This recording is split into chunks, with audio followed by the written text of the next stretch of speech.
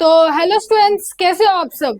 I hope कि आप सब बहुत अच्छे हो गए। तो ये मेरा एक नेक्स्ट वीडियो है, जैसे कि मैं बताने वाली हूँ कि बोर्ड्स में कैसे हैंडराइटिंग लिखते हैं उसके बारे में। तो चलो लेट्स स्टार्ट करते हैं वीडियो को। तो हाँ, तो अभी बताने वाले हैं हम लोग की हैंडराइटिंग कैसे लिखते हैं बोर्ड्स में। तो मैं बताने वाली एकदम सिंपल तरीके से लिखते हैं। जैसे कि बताने, जैसे कोई भी हम लेटर लिख रहे हैं, जैसे कि हम लोग कुछ लिख रहे हैं, जैसे मैंने कैट लिखा था। एक कर्सु लेटर में होता है और एक ना सिंपल लेटर में होता है। ठीक है, एक कर्सु लेटर में होता है और एक सिंपल लेटर में होता है। जैसे कि हम लोग सिंपल में लिखते हैं ऐसे, ये सिंपल लेटर, ठीक है। और ये यहाँ पे आप कर्सु लेटर लिखते हो तो आप कर्सु में ऐसे लिखोगे, ये आपका कर्सु लेटर है। ठीक है, तो इन दोनों में से कौन सा बेटर रहेगा और कैसा आपका हैंडराइटिंग रहता है, उस हिसाब से आपका काम चलेगा।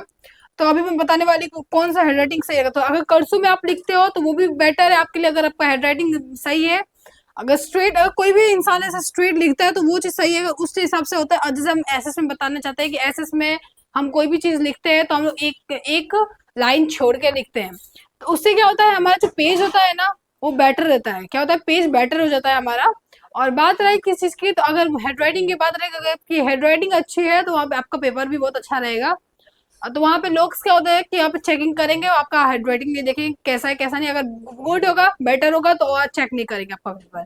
अगर बात रही अगर हैंडराइटिंग की, तो हैंडराइटिंग आपको लिखना ही है, सिंपल हैंडराइटिंग में लिखना है। मैं जिसको नहीं आता होगा हैंडराइटिंग, उसके लिए कि उसको सिंपल में लिखना है। और बात रही जिसको कर्सिव आता है, उसका हैंडराइटिंग बेटर है, सबसे बेटर है, अच्छा है, तो वो कर्सिव में ही लिखेगा।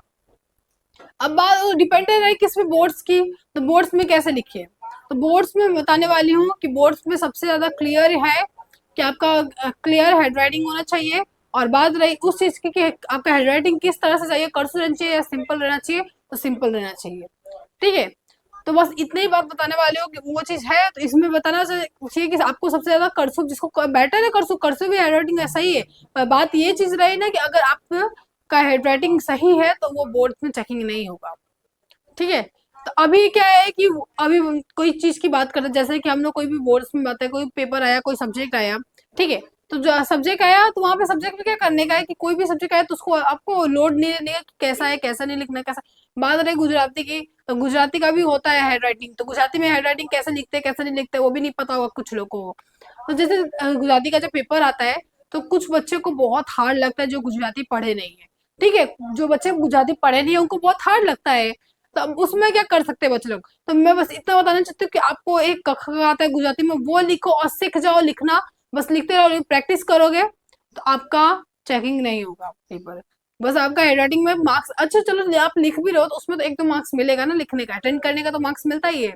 ठीक है, तो बस इतना ही बताना चाहती हूँ। तो आपको मेरा वीडियो कैसा लगता है, मेरे वीडियो को लाइक सब्सक्राइब एंड कमेंट कर दें। जैसे कि मैंने आपको हैंडराइटिंग बता दिया है कि सिंपल हैंडराइटिंग लिखने का है, वो बेटर होता है सबसे ज्यादा लिखने के लिए। तो चलते हैं, तो किसी नेक्स्ट वीडियो मिलते हैं, तब तक के लिए जय हिंद जय भारत।